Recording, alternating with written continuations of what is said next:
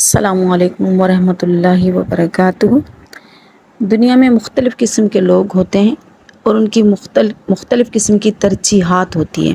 ہر بندہ اپنے دل کے حساب سے، اپنے مائنڈ کے حساب سے چیزوں کو ترجیح دیتا ہے۔ حدیث مبارک میں آتا ہے کہ جب آپ شادی کا ارادہ کرتے ہیں تو آپ کے پاس 3 طرح کی کیٹیگریز آتی ہیں سلیکٹ کرنے کے لیے لڑکی کو۔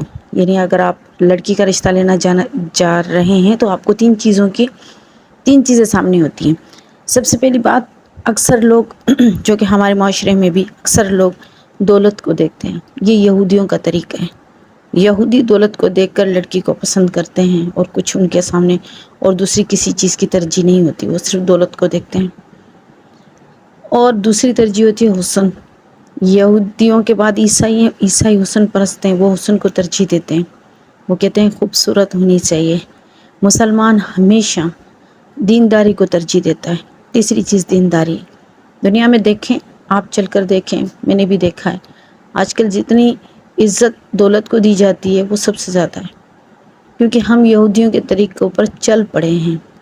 ہمارے ہاں عزت، تقوی، پرہیزگاری، ان چیزوں کی کوئی عزت نہیں ہے۔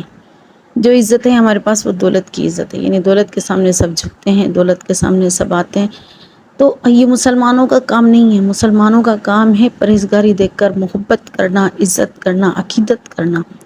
لیکن ہم یہودیوں کے طریقے پر نکل پڑے ہیں، تو ہمارے نزدیک معزز اور محترم وہی ہے جو کہ دولت والا ہو، مال والا ہو، حالانکہ یہ ہم مسلمانوں کا طریقہ نہیں ہے۔